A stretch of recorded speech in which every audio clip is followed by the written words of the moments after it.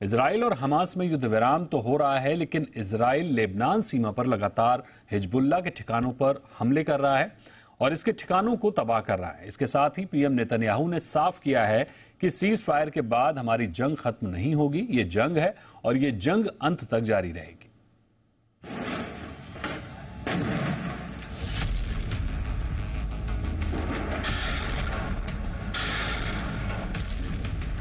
Israel और Hamas की जंग के खत्म होने के आसार नजर नहीं आ रहे हैं। ये एक ऐसी जंग है जिसे लेकर दुनिया भर के कई मुल्क दो खेमों में बंट गए हैं।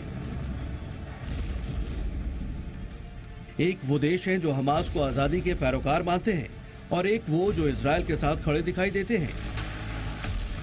और इन्हीं तर्कों और दावों के बीच लेबनान सीमा और गाजा पर एक भीषण युद्ध चल रहा है।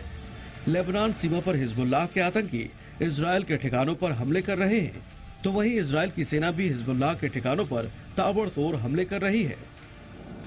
इजराइल ने हमास के साथ युद्ध विराम किया है और हिजबुल्लाह पर इजराइल के हमले जारी हैं। आज सुबह भी इजराइल ने हिजबुल्लाह के रॉकेट लॉन्चिंग पैड को तबाह कर दिया और हिजबुल्लाह को चेतावनी दी कि अगर हमास की तरह उसने कोई गलती की तो इजराइल एक बार फिर लेबनान को पुराना इतिहास याद दिला देगा। युद्ध विराम से पहले इजरायली सेना ने गाजा के जबालिया का एक वीडियो जारी किया है, जिसमें सुरंग, हथियार और मिसाइलें ढूंढते हुए जवान नजर आ रहे हैं। तलाशी अभियान के दौरान आईडीएफ को कई हथियार भी मिले। दावा किया जा रहा है कि इनका इस्तेमाल हमास के आतंकी कर रहे थे। सीज फायर से पहले इजरायली सेना ने हमास नेवी के कमांडर उमर अबू जलाला सहित कई आतंकियों को मार गिराया।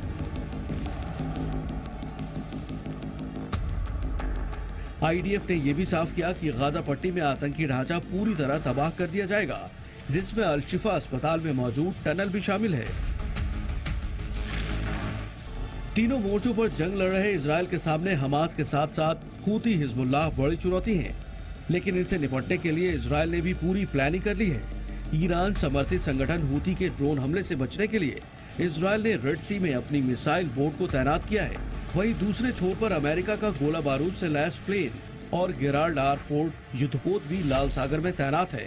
ऐसे में हूती और हिजबुल्लाह ऐसी कोई गलती करने से बचना चाहेंगे जो उनके लिए बाद में मुसीबत बन जाए।